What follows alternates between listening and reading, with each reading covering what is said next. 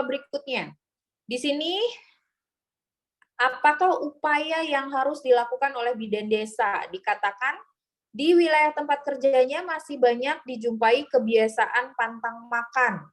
Ibu hamil tidak boleh makan makanan yang amis karena nanti air ketubannya berbau amis. Nah, pantang makan ini sebenarnya termasuk ke dalam masalah lingkungan atau masalah perilaku?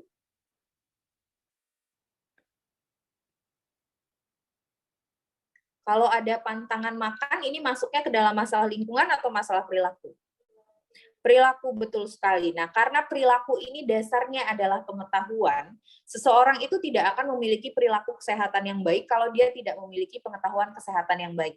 Nah, karena dasarnya adalah pengetahuan, maka asuhan yang kita berikan yang berhubungan dengan bagaimana kita meningkatkan pengetahuannya, yaitu jawabannya menjadi yang D. Gitu ya. Jadi nanti kalau teman-teman ketemu dengan soal-soal komunitas, biasanya kan dikasih kasus ada masalah seperti ini di desa, bagaimana penata laksanaannya. Nah, kalau ketemu kasus seperti itu, lihat akar masalah dalam soal. Dasar masalahnya disebabkan oleh apa? Nanti pilihlah jawabannya yang berhubungan dengan akar masalahnya itu. Jadi teman-teman tidak bingung memilih opsinya, gitu ya. Karena biasanya soal komunitas itu opsinya seolah-olah bisa semua kita kerjakan, gitu ya. Nah, karena itu triknya untuk soal komunitas, teman-teman harus melihat akar masalah dalam soal. Oke, kemudian soal berikutnya, di sini ada kasus ya, ada seorang perempuan yang dia taksiran berat badan janinnya adalah 3.900. Presentasinya bokong. Ini kan berarti sudah di luar wewenang bidan gitu ya, apalagi lokasinya di Polindes. Taksiran berat badannya terlalu besar. Nah, akhirnya bidannya memutuskan untuk merujuk. Tetapi kliennya bersikeras untuk tetap melahirkan di bidan dengan pertimbangan biaya. Nah, berarti di sini ada kegalauan ya nggak sih? Bidannya lagi galau ini. Galau antara dia mau merujuk, tetapi di satu sisi si pasiennya tidak mau dirujuk. Nah, karena di sini ada kebimbangan atau kegalauan dia, maka ini pasti dilema. Ya, jadi kalau di soalnya itu bidannya lagi galau di antara dua pilihan, maka itu berhubungan dengan dilema. Dilema itu adalah sebuah kondisi ketika kita ini berada di antara dua hal yang sama-sama benar, gitu ya. Nah, karena itu ini pasti masuknya dilema. Nah, sekarang dilema ini ada dua jenis kan ya. Ada dilema moral dan ada dilema etik.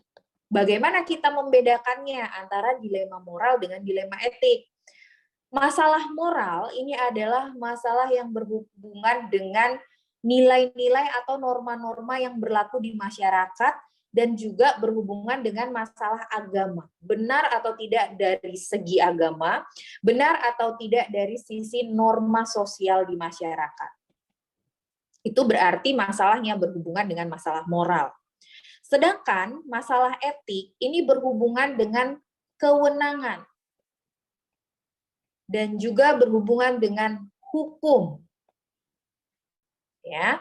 Nah, sekarang untuk soal ini berhubungan dengan moral atau berhubungan dengan etik?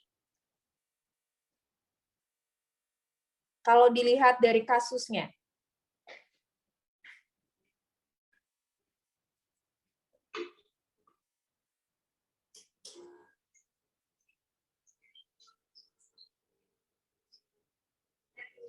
Iya, betul, etik. Kenapa? Karena kalau dia bokong dan taksiran di atas 3.500, bidan tidak boleh menolong, kan gitu ya. Karena itu ini masuknya ke dalam masalah etik. Dan karena bidannya galau antara menolong dan tidak, berarti dia masuknya dilema. Karena itu jawabannya menjadi dilema etik. Gitu ya. Nah, terus kalau isu itu contohnya gimana? Karena ini juga sering muncul nih masalah isu dan dilema etik dalam soal-soal hukum. Kalau isu itu adalah informasi yang beredar di masyarakat. Jadi isu itu bukan lagi bidannya galau gitu, tapi sudah terjadi atau bidannya sudah melakukan. Nah, itu kita sebutnya dengan isu. Misalnya ada berita atau isu bahwa bidan A itu menjual anak gara-gara dia memberikan seseorang anak untuk diadopsi gitu ya, gara-gara keluarganya ini nggak mampu untuk mengurus anak itu. Akhirnya bidannya dititipkan anak dan bidannya memberikan anak itu kepada orang lain dengan diberikan sejumlah uang sebagai ganti perawatan. Nah itu kan sudah terjadi tuh, bidannya sudah memberikan anak itu kepada orang lain. Nah ini bertentangan dengan hukum, karena dalam hukum kita itu termasuk ke dalam penjualan anak, ya nggak boleh. Nah, karena itu masuknya ke dalam isu, karena sudah terjadi. Dan isu apa? Karena bertentangan dengan hukum, masuknya ke dalam isu etik. Ya, contohnya seperti itu. Kalau masalah moralnya yang berhubungan dengan apa sih? Masalah moral ini berhubungan dengan aborsi misalnya, karena aborsi ini kan bertentangan dengan agama. Kemudian, terminasi kehamilan. Jadi, ada kalanya kita tuh harus memilihkan antara ibu atau bayi.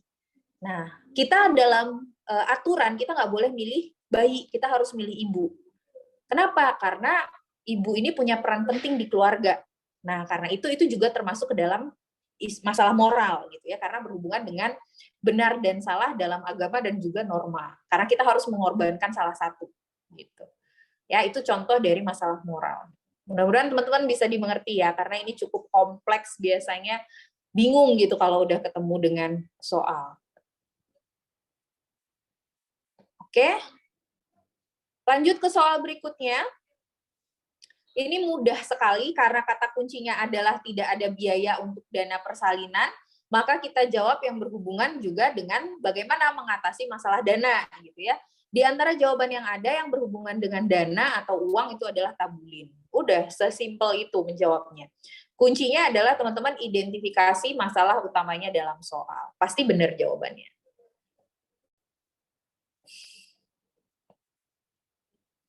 Lalu soal berikutnya. Seorang bidan ditempatkan sebagai bidan PTT di suatu desa terpencil yang persalinan ditolong dukunnya masih tinggi. Nah, apa hal pertama? Nah, hati-hati dengan pertanyaannya. Yang ditanyakan adalah apa hal pertama yang akan dilakukan oleh bidan? Ketika kita baru ditempatkan ke suatu wilayah, nggak mungkin dong kita ujuk-ujuk langsung datang ke dukun gitu kan. Dukun kamu nggak boleh nolong persalinan, yang boleh nolong persalinan adalah tenaga kesehatan. Yang ada kita dibenci kan sama dukunnya. Siapa kamu datang-datang langsung nyuruh saya untuk nggak boleh nolong, saya duluan loh yang ada di sini, kan digituin malah sama dia ya. Karena itu jangan melakukan pendekatan secara langsung, tapi pendekatan ini harus dilakukan secara bertahap. Nah, siapa sih yang sebenarnya harus pertama kali kita dekati ketika kita akan merencanakan sebuah program? Yang harus kita dekati pertama adalah para pemangku kebijakan. Ya, siapa nih para pemangku kebijakan? Bisa Pak Camat, bisa Pak Lurah, bisa Pak Kades, bisa Pak Kadus gitu ya. Tapi ini nggak ada nih datanya di dalam pilihannya di dalam opsi. Oke, kalau memang tidak ada pemangku kebijakan, kita bisa ke sasaran berikutnya. Sasaran berikutnya adalah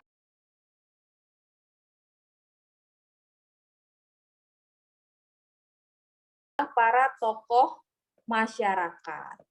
Kenapa tokoh masyarakat? Siapa sih tokoh masyarakat? Tokoh masyarakat ini misalnya ibu-ibu PKK, kader, kemudian orang ketua adat, misalnya seperti itu. Nah, dengan kita mendekati tokoh masyarakat ini bisa menjadi jembatan, ya, jembatan untuk menghubungkan kita dengan masyarakat, termasuk kita dengan dukun. Jadi kita mendapatkan dukungan, kita mendapatkan bantuan untuk berkomunikasi dengan masyarakat dan juga dengan dukun. Karena itu jawaban yang tepat untuk soal ini adalah yang E.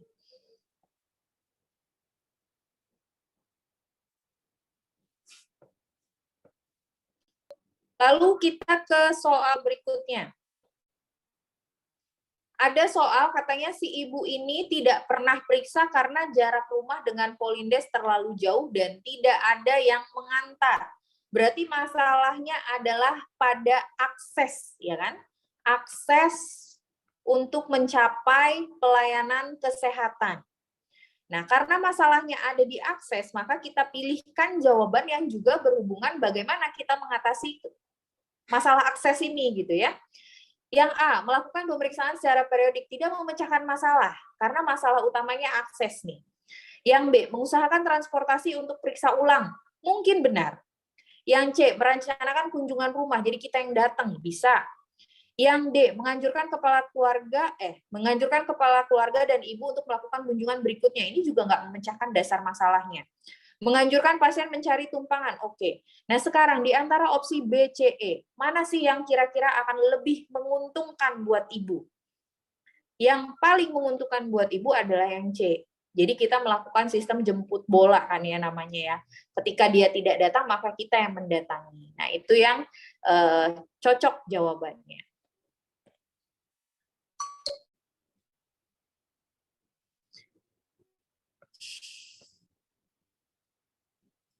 Oke, selanjutnya dalam soal ini bidannya menolong persalinan, lalu terjadi perdarahan, lalu bidannya tidak melakukan pemasangan infus, perdarahannya terus terjadi dan ibunya meninggal. Lalu bidannya diaudit, ya, di AMP dia, dan dinyatakan lalai. Sebenarnya kenapa bidan ini dinyatakan lalai? Jelas sekali jawabannya ya. Karena di sini bidannya tidak melakukan pemasangan infus padahal dia perdarahan dan sudah ada penurunan tanda-tanda vital, berarti bidan tidak melakukan tata laksana gawat darurat sesuai dengan standar. Nah, karena itu penyebab kenapa dia diberikan sanksi adalah karena dia lalai. Ya, ada satu langkah yang dia lewatkan, yaitu melakukan pemasangan infus.